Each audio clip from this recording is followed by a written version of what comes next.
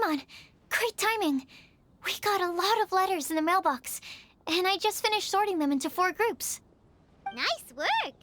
Let me quickly summarize what we found out about a flower that is not of this world. Tainari believes that on closer examination it might be logically paradoxal, while Albedo says that his answer would be better discussed at length in person. As for my answer, I think a clock in the shape of a flower would constitute one that is not of this world. Here's what we've gathered regarding a guide who will never get lost. Mona said that she'd like to join us in uncovering the secret behind the prophecy, while Bennett suggests Fischl, Mona, or the Traveler as potential candidates. Mika didn't submit much, but he did draw a vegetation map for Master Tainari and wrote up a dragon spotting calendar for Saito. Okay. That wasn't helpful. Amber also wrote in. She said that she sees herself as nobody's guide, but everybody's friend. As for one who would never lie, Rosaria removed herself from consideration, but both Razor and Sino are willing to support us in our search. Timaeus seems to have forgotten to write to us. Okay. And finally, this is what we've gathered on a legend that never ends. Kali said that her mom has a number of friends who like to write storybooks.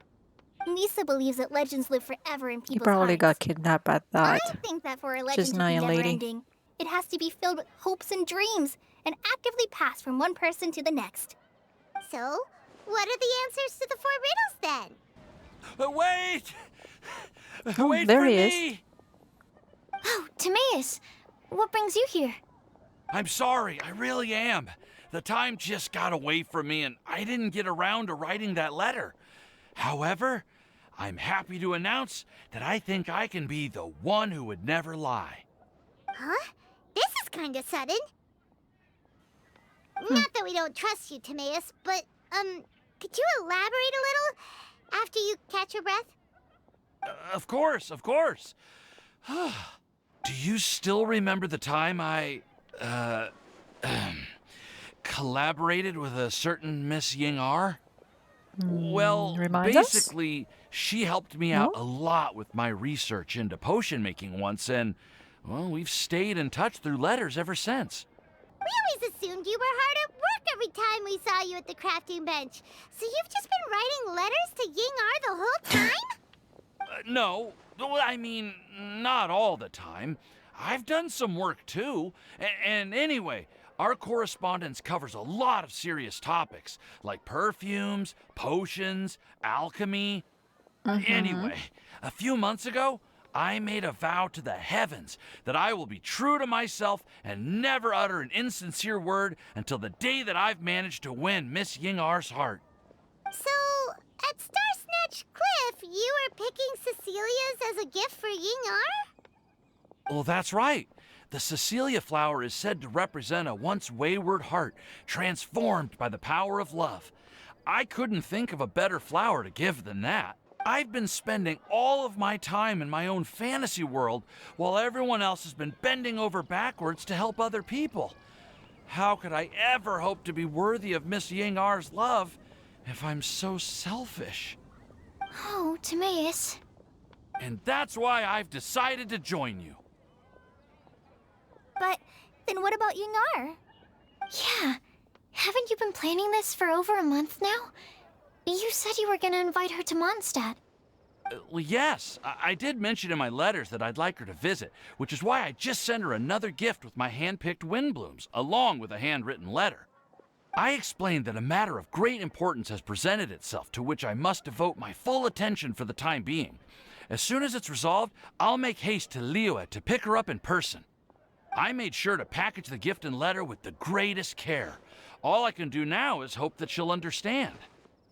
Point being, please know that I sincerely want to support you in this endeavor. Plus, I think I'm an honest person. As far as I recall, I don't think I've told a single lie in my life. Well, you certainly convinced Paimon with that speech. Don't worry, Timaeus. We won't let your determination go to waste. Okay, so it looks like we found our one who would never lie. Great! Let's keep it up. On to the other 3.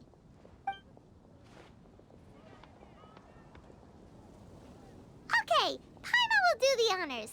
Ahem. We have with us here the flower, the guide, the legend, and Timaeus.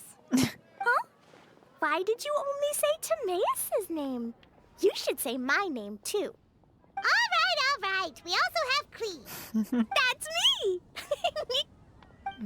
With Klee here, this all somehow feels like we're getting ready for a field trip.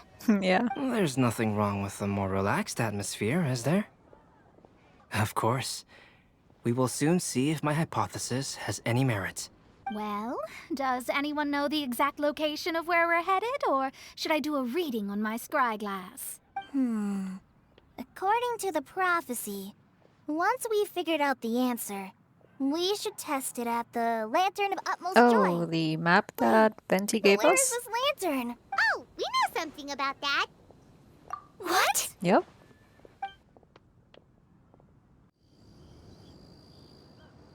Aw, I don't see any lanterns here.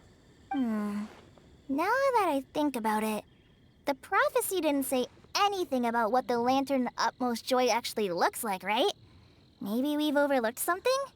Traveler, are you trying to figure out something else from the paper? Look up. Paimon's reading too. Huh? It says to look up. But there's nothing above us. The wind didn't trick us, did it? Maybe. Now you should recite the incantation. Place the squirrel on the back of the pointy-eared cat, and a pious puppy will open the doors to show you the way. That makes no sense. Huh. Paimon read the whole thing out loud, but nothing's happening. Look! The wind is blowing! What a strong wind current. Let's ride it up and see where it leads us. Huh? We'll have to fly up there? Can someone carry me with them? Here. And it's suddenly daytime again. Little island get up here in the sky! Did somebody make it? Who would have thought we'd find this kind of table here? We're going to have the Cherry's It's almost cat as if someone was show holding a suddenly tea here. party. I never would have guessed that such a place could exist. Right above Mondstadt, too. Wow, look at that pretty lantern on the table. That's a They've lantern? given a chair for each side of the lantern, too. There seems to be something on the back of this chair. Let me have a closer look. Take your seat, present your answers, and you shall reach enlightenment. Well, as far as instructions go, I guess that's simple enough. Okay, then I'll answer the first question. If someone were to ask me to find a flower that is not of this world, then I would fetch a tetragonic sweet flower. All right, I'm up next. My part of the prophecy is to find a guide who will never get lost. My answer is that I will be that guide. All right. It's up to me to answer the third part. I'll submit myself as one who would never lie. Although I've never really had any other virtues or talents, I'm confident that I've always been an honest person. And last but not least, I will answer the final part of the prophecy. There's no tale more befitting the title of a legend that never ends than our fates as human beings. Wait, the lantern just lit up! Whoa, all four sides of the lantern are glowing! Kale, could I ask you to stand up for a second? Oh, all right. Huh?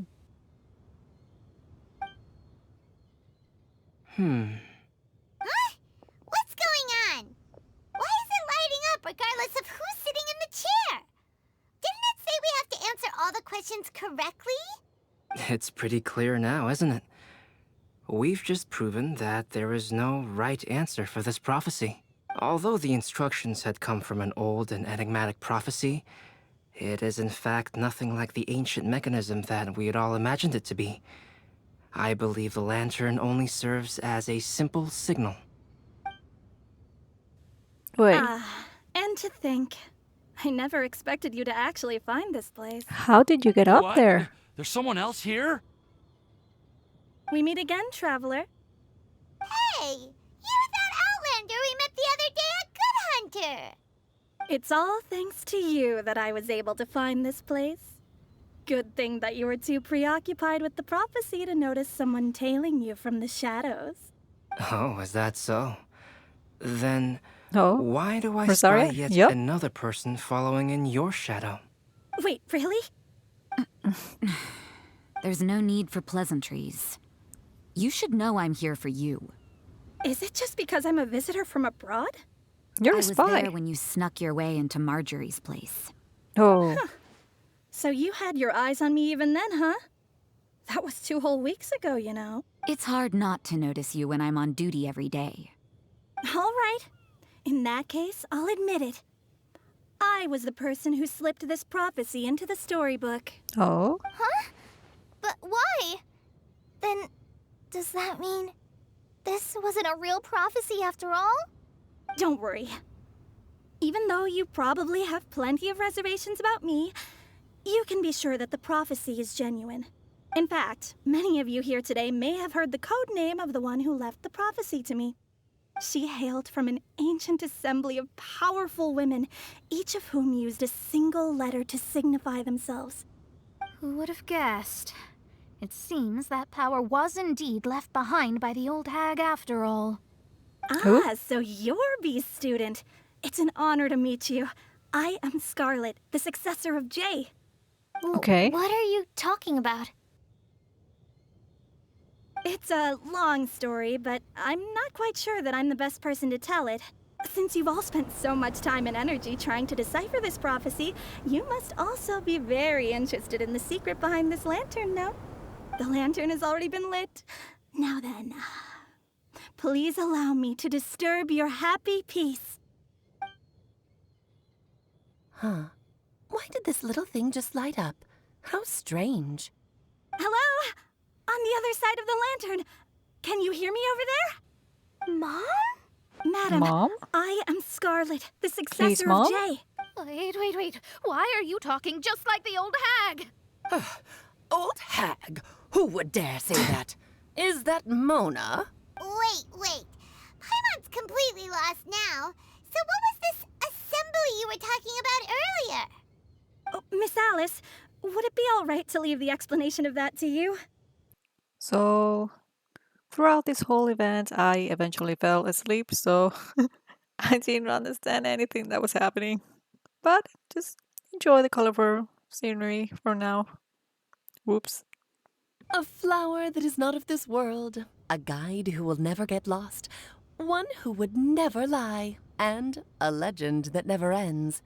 These 4 descriptions signify 4 individual mages. I used to think that the Hexen Circle was a group of women who could control the very fate of this world. But now, I've seen for myself that besides Jay, many other ordinary people were also among you. I still don't get it, but I do Me neither. know that all the mages are Mom's best friends. If you ask how I see it, the Hexen Circle is just a group of ladies that I spent my youth with. Whoa! Ah, Albedo! Why didn't This you tell me we'd event have makes to no glide all the way sense. back down? I'm lost. And I'm tired. I'm going to sleep.